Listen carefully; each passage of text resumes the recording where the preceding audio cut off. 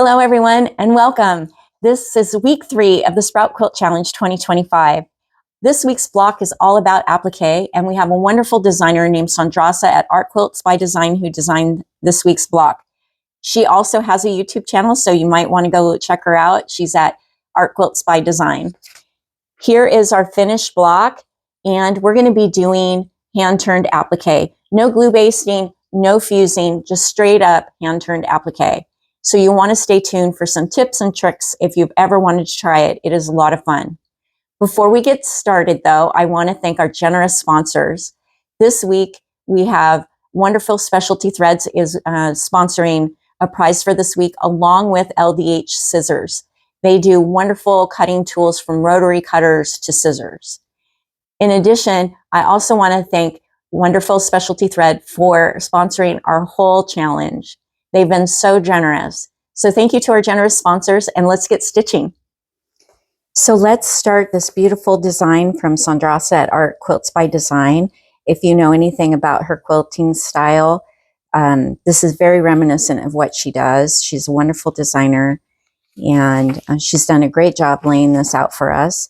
I'm going to be doing a needle turn applique. Some people will be doing some raw edge applique and some fusing techniques with a turn of the edges. So we're going to do needle turn or hand turned applique. There are fabric amounts here that you need to cut out for each one of the designs that you see here on the coloring page. I'm actually going to be using this coloring page here to set up my hand turn applique. And the reason why is I can trace these designs right onto my background fabric, and then I can trace these onto my fabrics and leave 1/4 of an inch for the needle turn. I will show you how I'm going to go about doing that. She does have some applique shapes on the back here for you to use if you're going to do the raw edge with fusing. But we're not going to do that today, so I'm just going to set that aside for now. I'm using cherry wood hand-dyed fabrics, and I have the off-white for the background, the antique gold, sky blue, indigo, and the paprika for the center of this design. Now let's go through some of the equipment that I like to use for doing needle turned applique. So that we can trace on the designs, I'm going to use this little light board that I have here, very inexpensive light board. I also have some freezer paper, and it has a matte side, and then it has a waxed side. I'm hoping that you can see that there's a shiny side. And I'll show you how to use this freezer paper to transfer the designs onto your fabrics. I'm also going to be using the Wonderful Specialty Threads. This is the Athena, and this is a 2-ply 60 weight Egyptian cotton. It's a really nice, fine, strong thread. So we're going to be using that, and it'll blend in really well with the background fabric. I also have a size 10 needle. These are by John James, just some that I had. What I've done is on this pin cushion, I've gone ahead and stuck some in here. I'm going to pre-thread these needles so that when I start doing the applique, I don't have to stop and rethread. You'll notice I also have some pins here, and these are applique pins, and you can see that they're a little bit shorter in length. So we'll be using these to pin our pieces onto the background. I also really like using these friction heat erase pins. We'll trace the design onto our background fabric and also our colored fabrics that we're going to be doing the applique with. Love these pins, use them all the time. A must-have for any studio, I really think. And then also a sharp pair of scissors. This design has some rounded edges to it and some inside edges, so we'll want to do a little bit of clipping. And if you have some short, sharp needles that are really, or scissors that are really precise, you're less apt to cut into the piece because you don't want to cut too far into it and then leave a frayed edge. So Now that we have all of our equipment assembled, let's get our block set up. So now we have our little light board on. I have my coloring page below and my heat erase pen. I did mark the center of the background fabric to find the center, and I have stitched around all of the pieces, and you can see that I have the lines here.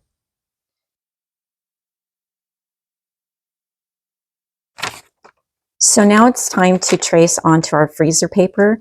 You've got your wax side, which you want down, and then you have your paper side. And I'm going to do all of these small pieces in a grouping so that they will fit onto my fabric piece. So just using a pencil,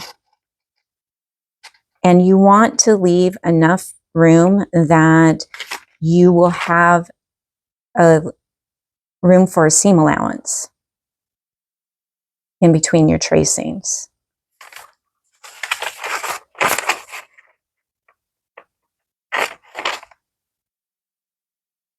And you have to think about the size of the fabric that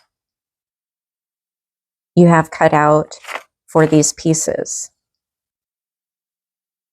So you'll continue in this manner, do your small pieces together, these medium pieces, these big arching pieces, and that's just a solo one, so that's not a big deal. And then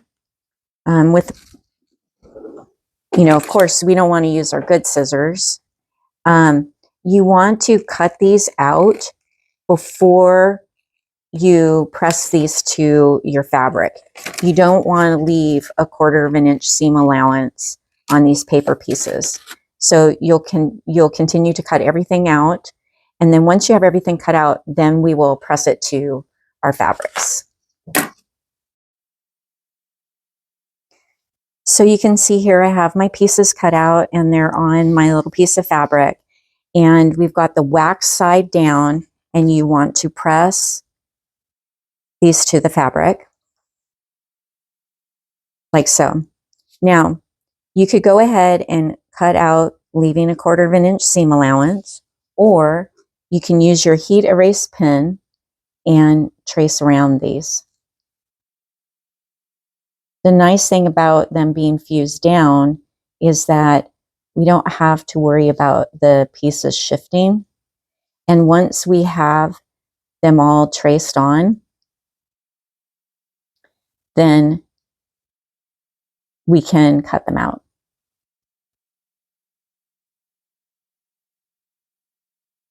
And then once we're done appliquing, we just press with some heat and these lines go away. So we'll do that with all of our pieces.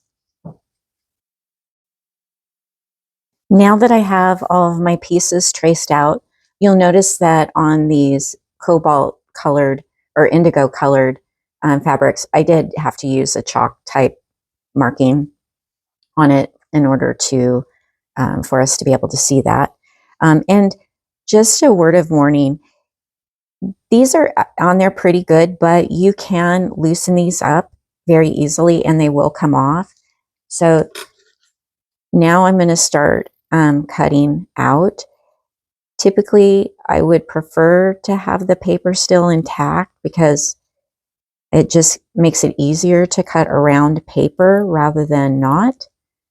But we lost that piece.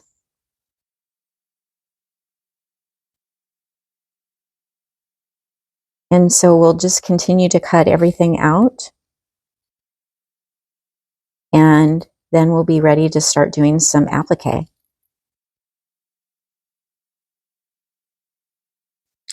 So now that we have all of our shapes cut out, I like to go ahead and here's a little tip on this one. Trim out around the edges and then come in and go right in the middle and then cut it out because you don't really have that much space there for seam allowances. But what I'm going to do is I'm going to come in here and do my little clips right up to the edges.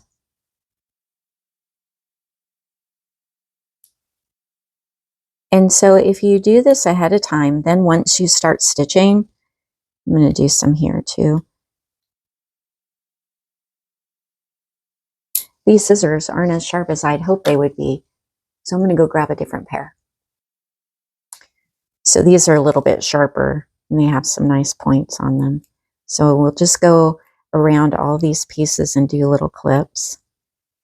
Some people do it as they go, but once I get going, I don't want to stop to do that sort of thing. Do a little couple. The lead up to that.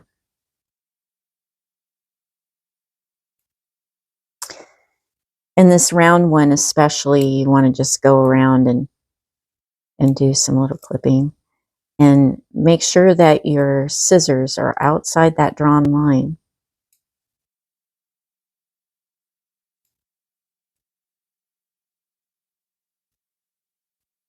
It's been some time since I've done any applique.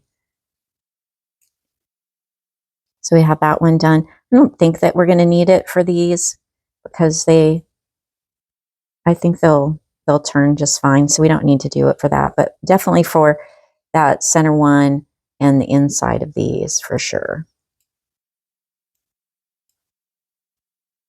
So we have all of our shapes ready. Now it's time to prepare our sharps.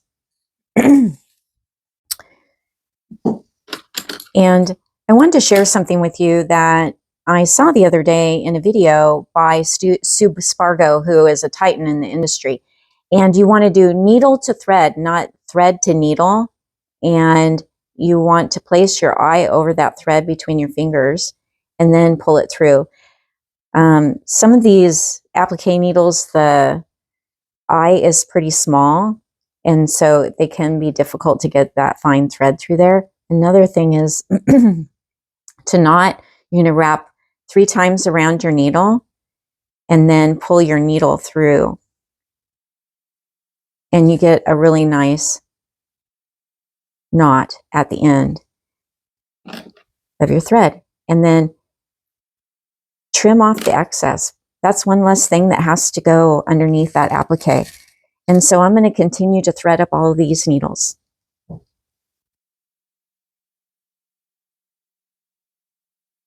So now that we have all of our pieces traced out, they've been trimmed, they've been notched, we've got some sharps threaded, it's time to start laying our pieces down. So I'm centering this with the drawn line up. And remember, that is a heat erasable pin, so that will go away.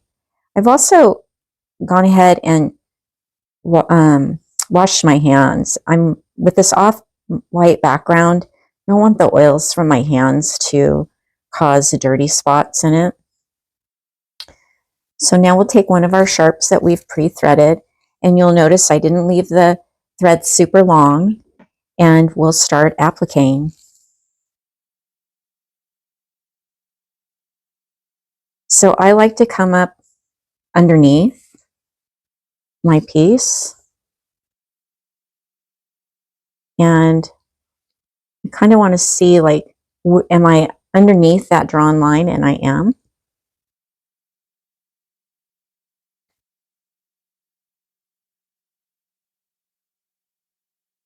And using your needle, we're not starting out with the easiest piece because this is all round, and you can see the drawn line there.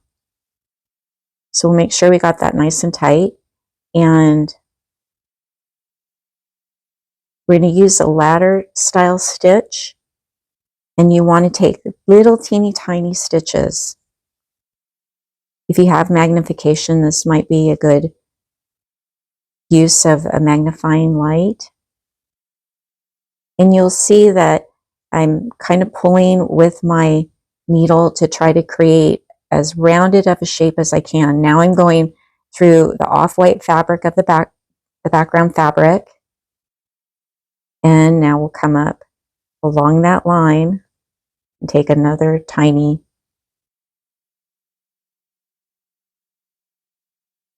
ladder stitch.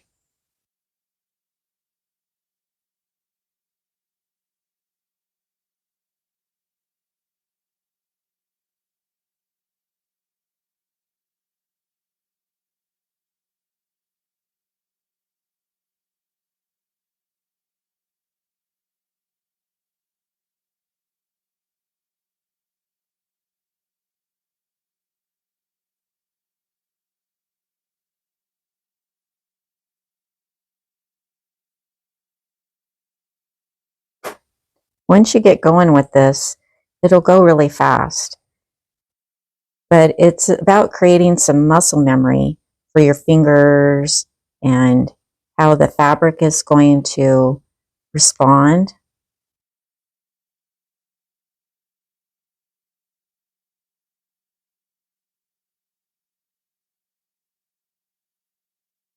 And you can use your needle to turn the piece from underneath and not necessarily from the top, because you can see there's a little fold there. We don't really want to create a bunch of folds, because then our piece isn't going to be as smooth.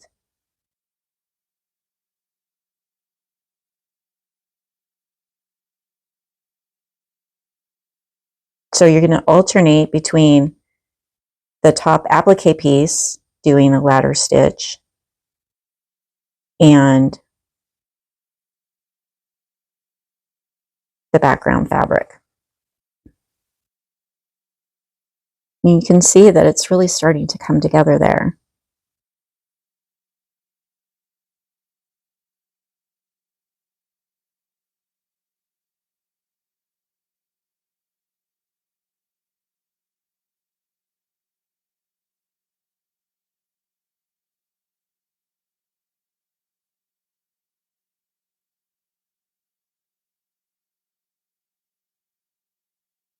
We're exposing some of the lines because when I laid this piece down,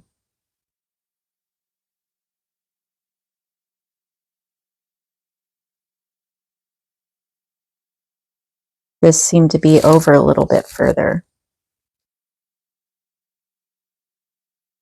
That's the nice thing about applique, is that you can make adjustments as you go.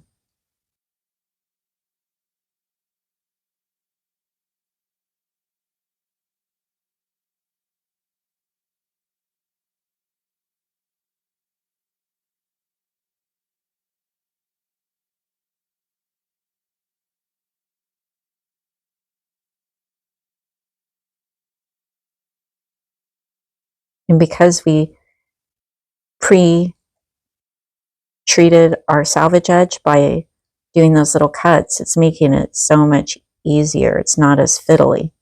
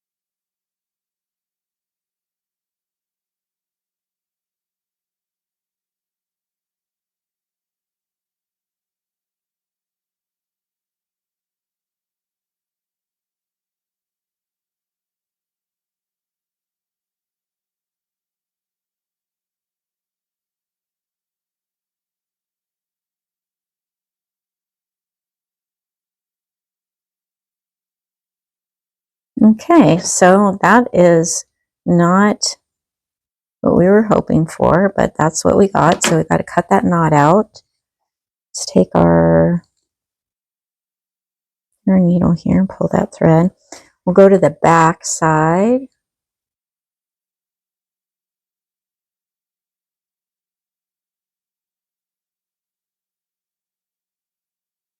We don't have much of a tail to work with, so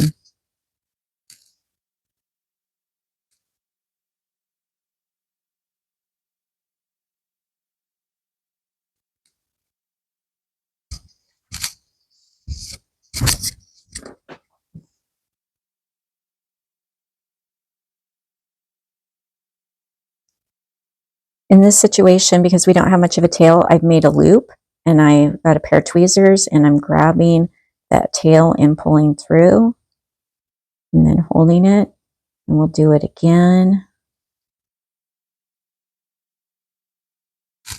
So you make a loop, put your tweezers through, grab both of those threads, and we get ourselves a knot. We'll cut some of it off, but we're going to leave a little bit of a tail there.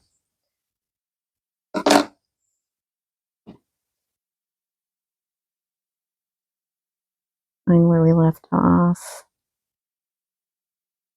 As with any new skill or something you haven't done in a while, it can be challenging to find that sweet spot. And with hand turned applique, learning the correct pressure for your thumb and your fingers on the back side of the project when you're holding these applique pieces can be tricky.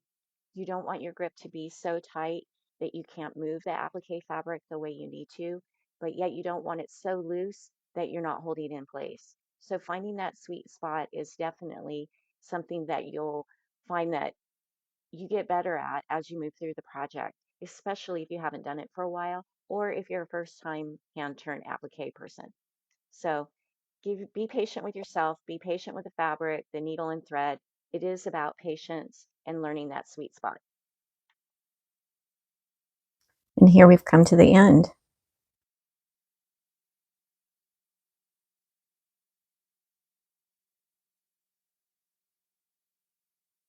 I want to try to get that so that it's not quite so pointy.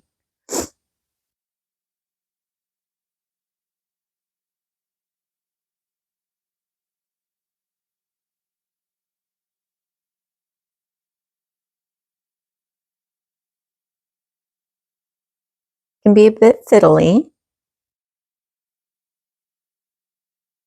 The nice thing about needle turn applique is that the amount of focus that you have to have, or I need to have, I don't know about you, but that I need to have to do it really calms my mind. It's very meditative.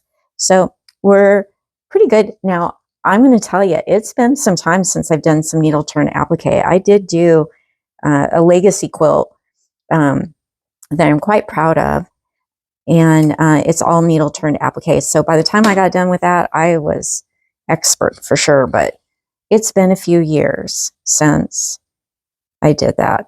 So it looks pretty good. Nice and flat, fairly round. So now we'll start working on these quadrants. So I think what I'll do is I'll start and just move around in a counterclockwise manner. And we'll start with one of these shapes.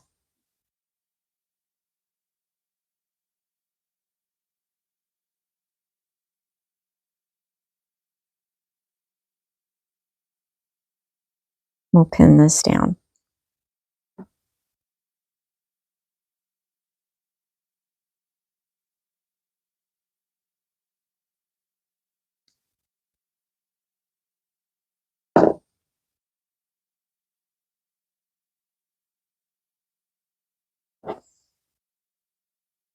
So I think my strategy is going to be to start like in one of these little flatter areas and work my way around and then come back in the center.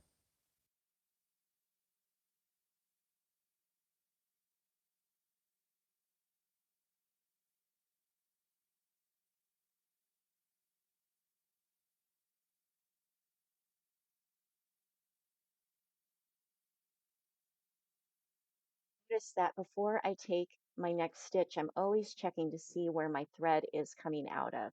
And that's so that I don't end up stitching behind a stitch and going backwards, that I'm always moving forward on my applique piece. So that is a tip that I'll give you. It just helps with your thread management and your stitch placement. So always knowing where your last stitch was taken is important.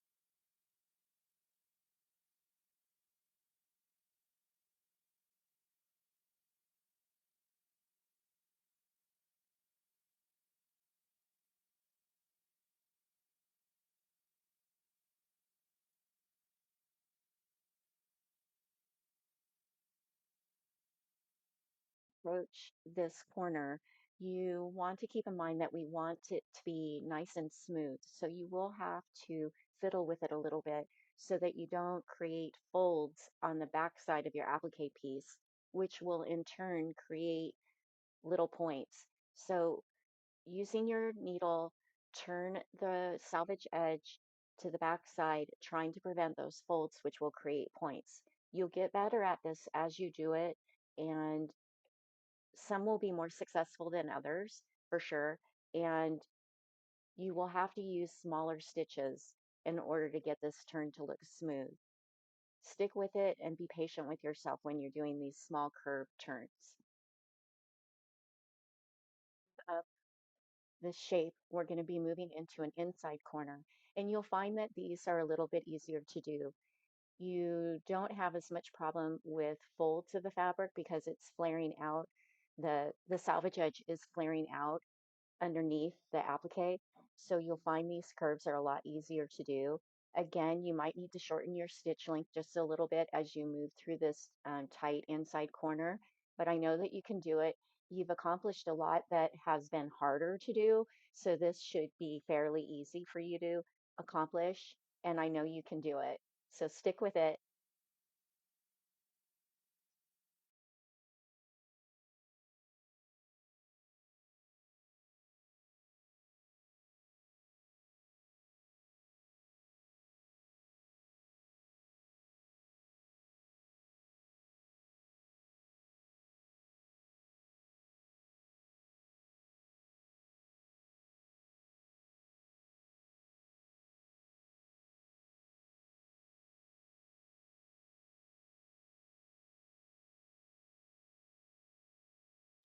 You've made it through that tight inside curve, and now we work down the inside edge to that last small outside curve. You got practice on the first one, so the second one will be easier. Have patience with yourself, your thread, your applique piece, and your needle, and you'll get around this in no time, and you'll have this first applique piece shape done, and the next three will be that much easier. You'll know exactly what to do, how to place your needle for success.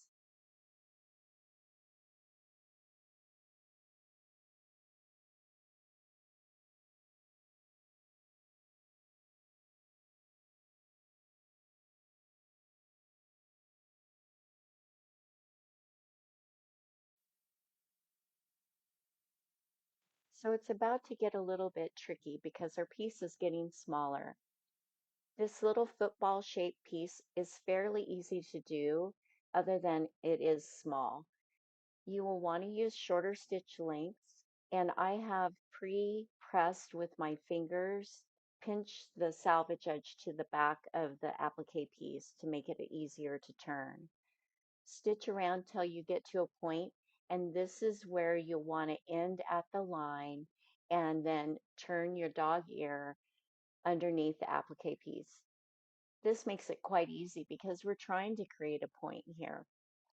Shorten your stitch lengths as you approach this point and turn the corner. Be patient. It is a small piece, I realize that, but I know you can do it.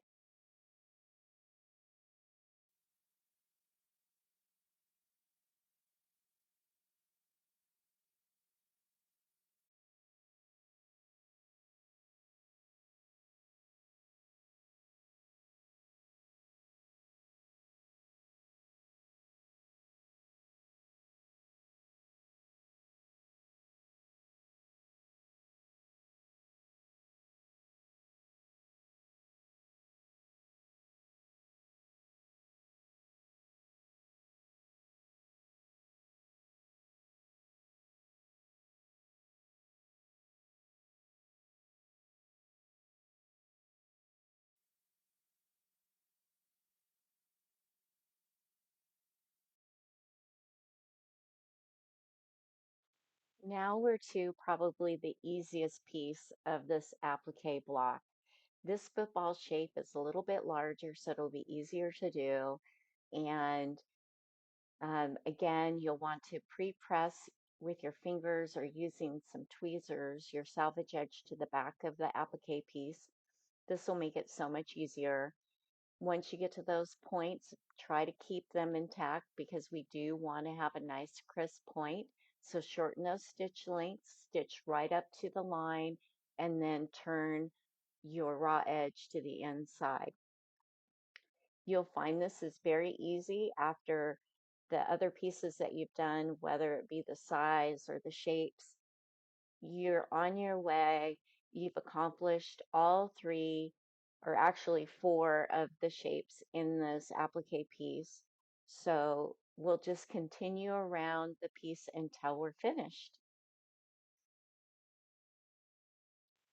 Now that we've finished doing all of our hand-turned applique and we get to look at the block, I have to say it's been some time since I've done any hand-turned applique, and while I was a little rusty, I think this was successful.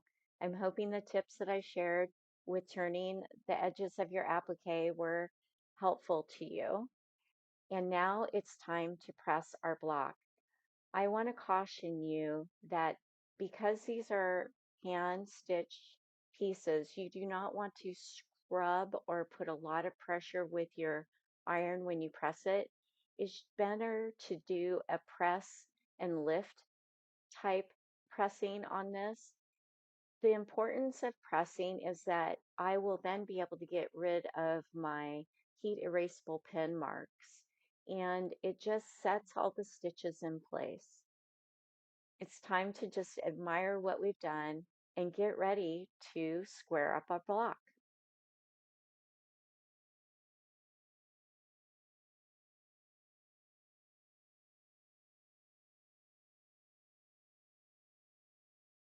Now it's time to square up our block. I'm using a square ruler and aligning the outside edges so that we can take 1/4 of an inch off of each side of this square.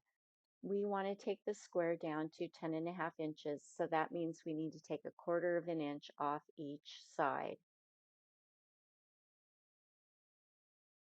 Now that we have it all squared up, we are finished with this block and we can put it in the stack with the prior weeks that we've completed. I hope you have learned a lot today and that you will try hand turned applique. If you've liked what you've seen today, leave a comment below. I'd love to hear your thoughts and if you've tried hand turned applique. Until next time, happy stitching.